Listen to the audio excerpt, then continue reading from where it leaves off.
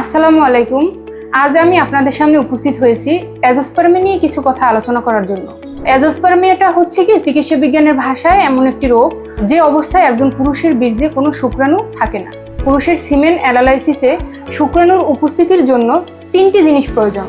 এর একটি হচ্ছে মস্তিষ্কের পিটুইটারি গ্ল্যান্ড থেকে হরমোন নিঃসরণ, দ্বিতীয়টি হচ্ছে টেস্টিস বা অন্ডকোষ যেখানে শুক্রাণু উৎপন্ন হচ্ছে, তৃতীয়টি হচ্ছে ভাস ডিফারেন্স বা প্যাসেজ যার মাধ্যমে শুক্রাণু সিমেনে এসে শরীরের বাইরে বেরিয়ে আসে।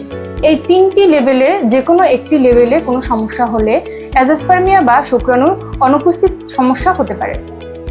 কাজেই কোন কারণে আসলে অ্যাজোস্পার্মিয়ার সমস্যা হচ্ছে তা আইডেন্টিফাই করে যদি সঠিক চিকিৎসা দেওয়া যায় তবে সিমেনে স্পার্মের উপস্থিতি আসলেই সম্ভব।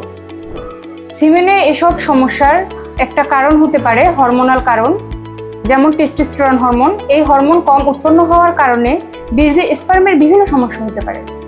হোমিওপ্যাথিতে রোগ নয়, রোগীর চিকিৎসা করা হয়। প্রতিটি ব্যক্তির জীবনধারা, পেশা জীবন, মানসিক চাপ, রোগের ইতিহাস বিবেচনা করে সঠিক ঔষধ নির্বাচনের জন্য একটি আদর্শ রোগলিপি সংগ্রহ করতে হবে। লক্ষণ সদৃশ হোমিওপ্যাথিক ঔষধ প্রয়োগে অ্যাজোস্পার্মিয়ার সমস্যা দূর করা সম্ভব।